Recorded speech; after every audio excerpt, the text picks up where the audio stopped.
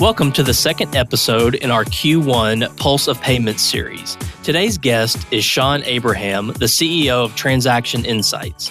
Shaun has deep market intelligence experience in the payment space, having had leadership positions in both JP Morgan and Bank of America. Hi, Shaun, and welcome to the show. Thank you. Thank you so much. And Shaun, you often talk about a major trend in payments for 2021 being the rebundling of financial services. Can you explain what that means? Absolutely.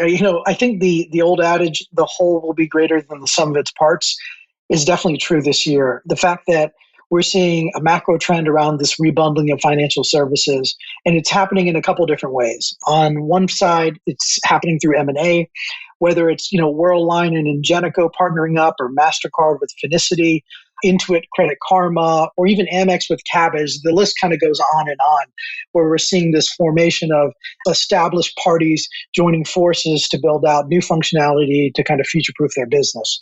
But on the other hand, probably more interesting is the level of organic movement to rebundle. Examples of this include established players like JP Morgan continuing to connect the dots and maximize its value prop across the payments value chain.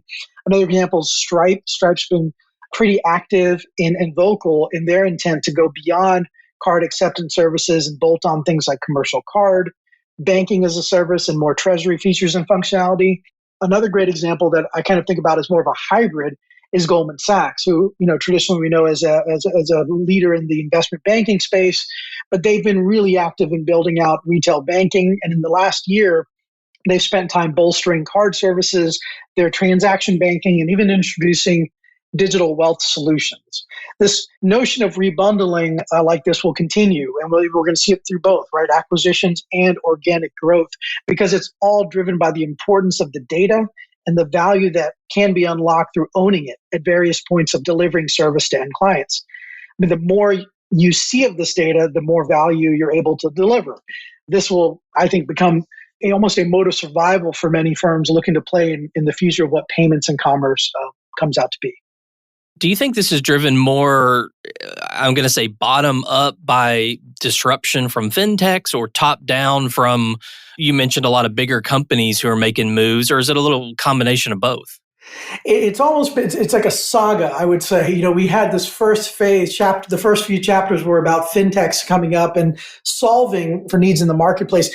And I think for them to even become as important as they have, it took fintechs to really say, we're going to significantly improve the experience in these different channels within the financial services, like set of experiences. So they made it significantly better and cheaper or more cost effective to deploy or to actually engage for the end client if it's a consumer. And I think that's a combination that was required to even just build up the space enough to say, there's something here. And now we're at this phase where you're seeing the incumbents, those established players, really take heed, take notice, and not only track the space, but look at ways to participate, whether it is through partnership, pilots, tests, those kind of things. But we're also seeing a significant amount of acquisitions. Interesting topic to keep an eye on for sure. Let's switch gears a little bit and talk about cryptocurrency. It's such a hot topic. You can hardly pick up anything related to payments and not see it. But what do you think's in store for cryptocurrency in 2021? So this is super interesting. First off, Bitcoin is here to stay. I don't know if that's a controversial statement or not, but I'm going to make it. The recent push by a number of institutions to enter this space, examples being like Mass Mutual, this established insurance company investing $100 million in Bitcoin, or what PayPal and Square are doing, both in helping consumers trade cryptocurrencies like Bitcoin, but also investing in them with a significant number. And then most recently, a couple of days ago, Tesla announced that they've invested $1.5 billion into cryptocurrencies, in this case, Bitcoin. And soon they're looking to accept Bitcoin as a way to pay for their vehicles. This all kind of centers around what we call like more of a footing of sorts that's forming around cryptocurrency, and particularly Bitcoin in this case, that's serving up almost a foundation for future growth. But to be clear, it's still early. And Bitcoin is feeling more like a store of value than a method of payment, which, we've spent a lot of time with clients analyzing this space and kind of see this shift of how Bitcoin particularly is being used. But there are a number of interesting cryptocurrencies popping up that I think make it worth for anyone to look at the space and possibly, dip your digital toe in the water. Sure. Do you think the Biden administration will affect cryptocurrency positively, negatively, or not at all? I think it's a little early to tell. I almost feel like they've got a lot more on their plate as far as financial services goes. Things like the card regulations that I actually listened to your previous podcast, and I think Krista did a really good job of framing that trend up, or that kind of showdown. And so I think there are other more kind of fundamental things that are going to be focused on at first, and then those things should provide the signals to kind of see how they're going to tackle the whole crypto space. But crypto is kind of thriving on its own, it feels like, and the market is kind of driving where this space really could go. Yeah. And just another quick question, you hear Bitcoin, cryptocurrency, and sometimes even blockchain thrown into that same conversation. Any thoughts on sort of where blockchain fits into this? For sure. I mean, so blockchain's fundamental to the management of many of these cryptocurrencies and how they're kind of scaled. Blockchain on its own has a whole big trend that is kind of forming around what's called DeFi, or decentralized finance. There's a number of companies in this space that are looking to figure out, are there ways to use things like smart contracts and automation to manage many of the banking functionalities that exist today that require multiple steps or multiple parties involved. That's probably the most exciting space, and probably the most nascent, I would say, in the sense that there is a lot more to be figured out and a lot more to do to scale it up, but probably the most exciting in the sense that the future has so much potential.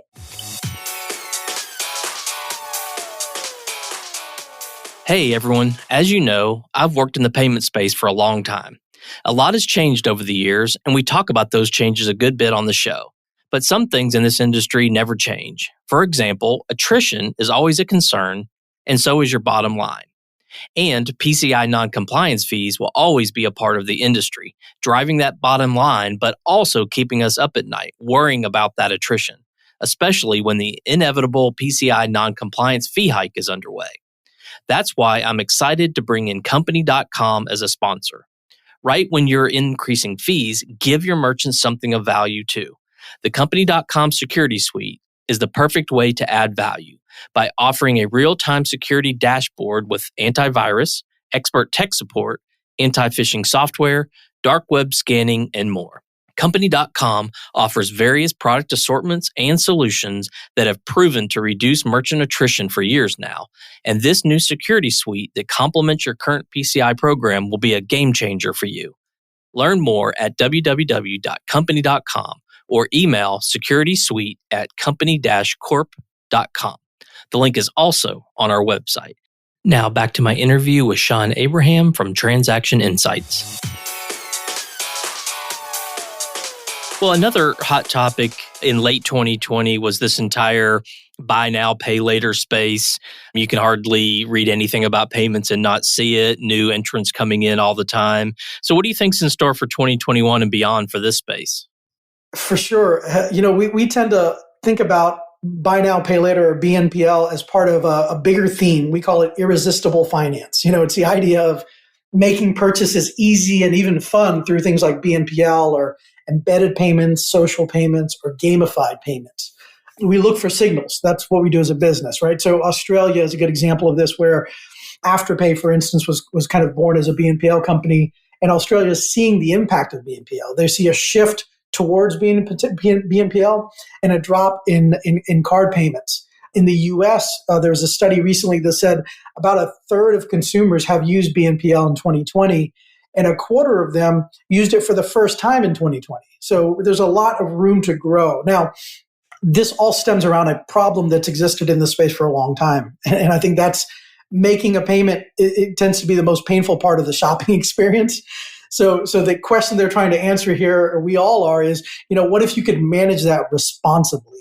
And I use the word responsibly as a key driver here on this trend. I don't know if you saw in the Super Bowl, it was great to see Klarna had an ad Right. and Gallardo being a key in a key leader in the BNPL space. That's fantastic, but I predict, similar to the disclaimers on a Budweiser commercial where it says "drink responsibly," I can see over the next few years, or maybe the next Super Bowl, that same BNPL ad having a "shop responsibly" disclaimer at the bottom. Can people really manage it? So, do you just think that continues to accelerate? Do you think some of these buy now, pay later vendors start consolidating? Is it too early for that? What's your thought there? well, I think the first step that we're going to see is established players, those that manage credit, figure out ways to continue to play in the space. We talked about the drop in card payments, but fundamentally, a card payment can be an installment payment. And so you see a number of issuers in partnership with, the card networks figuring out their own play in the BNPL space. And ultimately, going back to why are we doing this? This goes back to making it easier to make the purchase for many consumers and giving them a way to make the purchase with a framework that kind of meets their finances, provides the kind of visibility they need to make a decision on making a purchase. So I think that's the first step, and then you'll start to see kind of how the pieces fit. Like if there is a good marriage between those folks on the traditional credit lending side combining with some of these emerging BNPL players. Right. Well, are there any other hot trends you'd like to touch on before we go? There's so many. How much time do we have?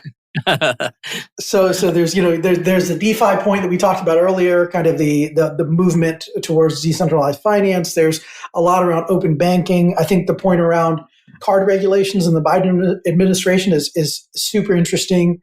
So a lot to cover. I probably think one to just kind of share here because of some recent news that we've been tracking on our Transaction Insights platform is this shift to payments in the cloud.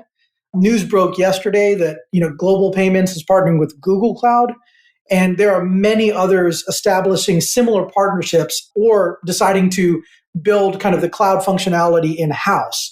And the key driver here for moving payments in the cloud is the fact that the market or the merchants are demanding speed to integrate, speed to market, and flexibility to adapt and change. And all of that requires new infrastructure and new thinking.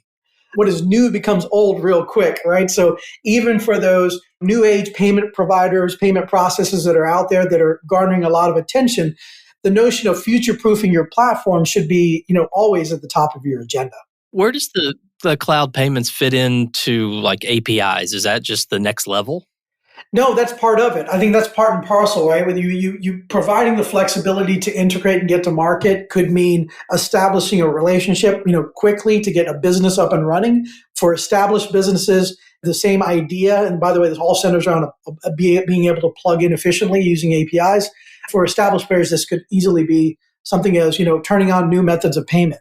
But being able to do that efficiently is expected in the new world. And we just don't have the days, the weeks, the months even it took in yesteryear to enable that kind of functionality. The sheer volume of emerging fintechs in the space, I think, is another trend. And the notion that those that have been around seem to be evolving. So we track a lot of companies in the fintech space, and we can see when they start moving out of their traditional categories, which is fascinating because most of them are in different ways. And all of that activity becomes almost unmanageable for many companies. So that's kind of what we do at Transaction Insights, helping clients keep track of the space, but also find opportunities in it. And I will tell you, we don't see this space slowing down anytime soon. Yeah.